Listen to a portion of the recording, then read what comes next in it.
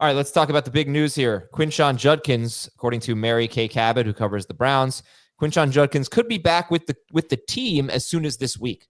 I don't know exactly what that means. Jamie, what's your interpretation of this? And we're going to talk about the biggest ADP risers, and one of them is Dylan Sampson, who is probably ahead of Jerome Ford. I mean, if you look at ADP, he's just behind him, but since he's such a fast riser, it's probably not really showing where he's going. But 147th overall is the ADP for Dylan Sampson. But Judkins could be back with the team as soon as this week. That's the report. And what do you think about that, Jamie?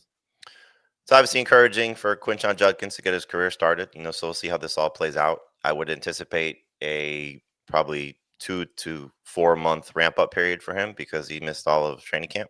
Week. I hopefully you meant week, not month.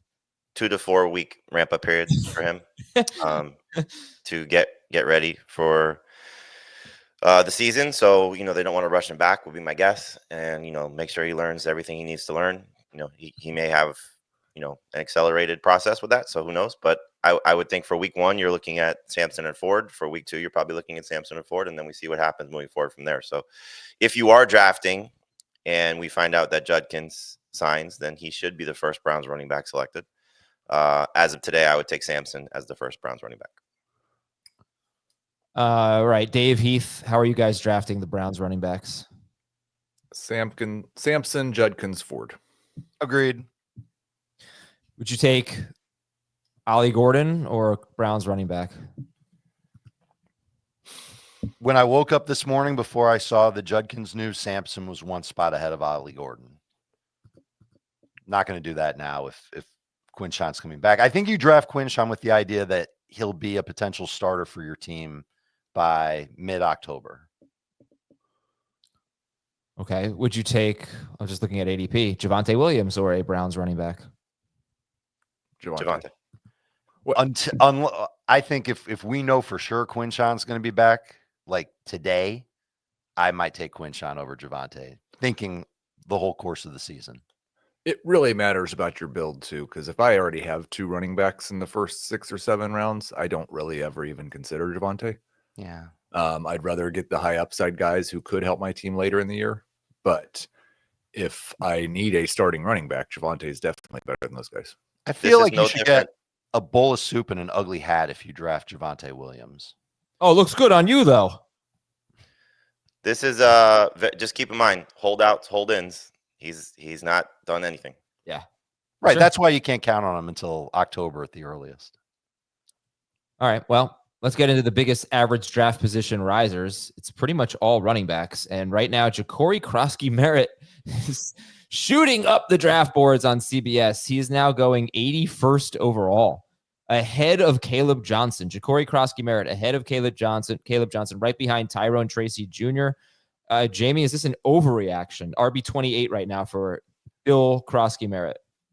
Slightly, but we'll find out in a few days if it was worth it. If he comes out and dominates carries for the Commanders.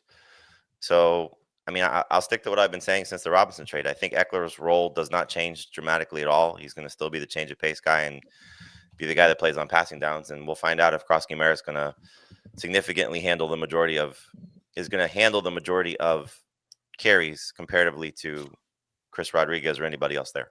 So, I mean, as I said, I would take him over Caleb Johnson if that's the next running back we're talking about, because I think there's more upside for him this season based on his opportunity and his role on his team.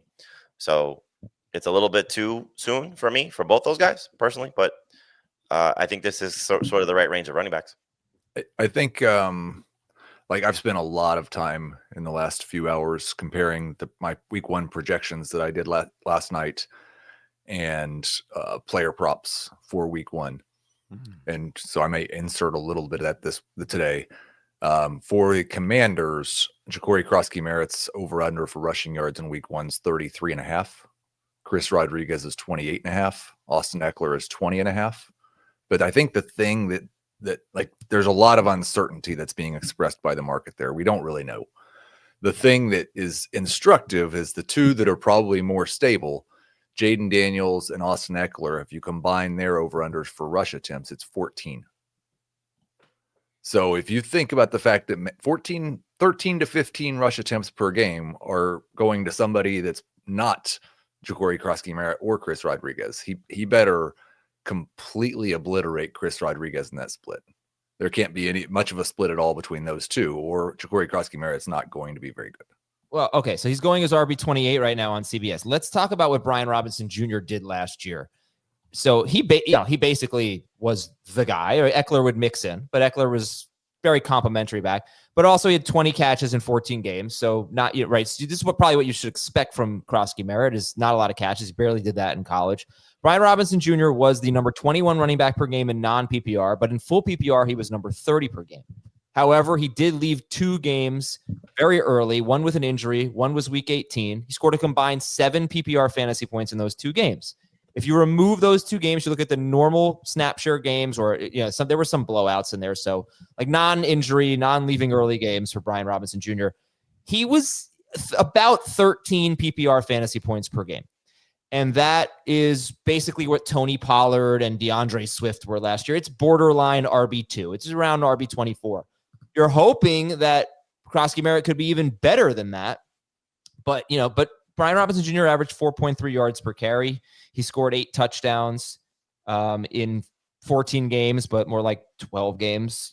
Obviously, right? He was on pace for 11 touchdowns in his healthy, like normal games. So can Krosky-Merritt be better than that? I don't know. You might be setting yourself up for a guy who's not going to catch a lot of passes.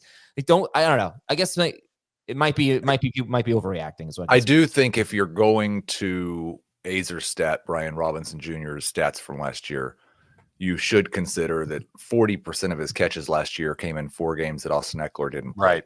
Yep. Great point. Like he when those two played together, Robinson was just over 11 points per game, and Eckler was just over 10 points per game. Yeesh.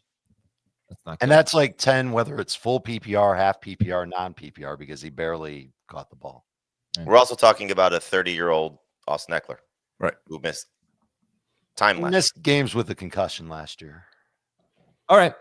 Nick Chubb is up 18 spots to 112th overall. He's ahead of Javonte Williams, just behind J.K. Dobbins and Tank Bigsby. This is Nick Chubb. In the Fantasy Pros real-time ADP, he's 115th overall, so it basically matches the CBS ADP.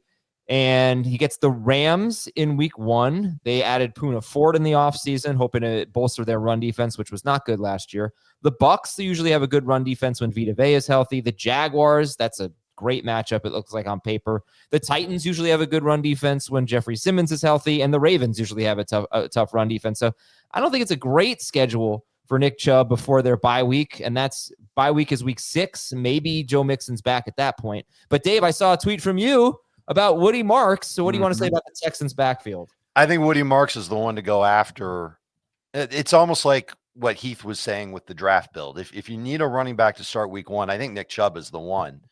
And it's just based on what I saw on film. It's not based on anything else. But Woody Marks looks like he could end up being the best running back for Houston as far as agility, explosiveness compared to Pierce, compared to Chubb. So I don't mind grabbing him with a later pick. I don't want 2 Texans running backs on my team, though. Okay. All right. I'm going to run through the rest here real quick. Ollie Gordon is now 124th overall. He's up 18 spots. Devon Achane, last we heard, is expected to play week 1, but obviously you can see the appeal there. Braylon Allen's up 7 spots to 125th overall. Who you guys taking, Ollie Gordon or Braylon Allen? Allen. Okay, Bajal Tootin is up 9 spots to 140th overall. He's ahead of Jerome Ford. He's kind of in the same spot as Dylan Sampson. Would you rather have Bajal Tootin or a Browns running back? When does Judkins sign? I'm drafting today, so I don't know. Let's just go with that. It's Tootin. It's long-term in mind, and he's still available in almost half of CBS Sports leagues. I'd still go Sampson over Tootin, but I guess it's possible that one of Etienne or Bigsby gets traded in the next couple days. Well, no. What if you need a running back in week 1? You need a running back to begin the season. It makes perfect sense to go with Sampson over Tootin in that situation. Who do the Browns have? I'm sorry. Cincinnati. The Bengals. Right.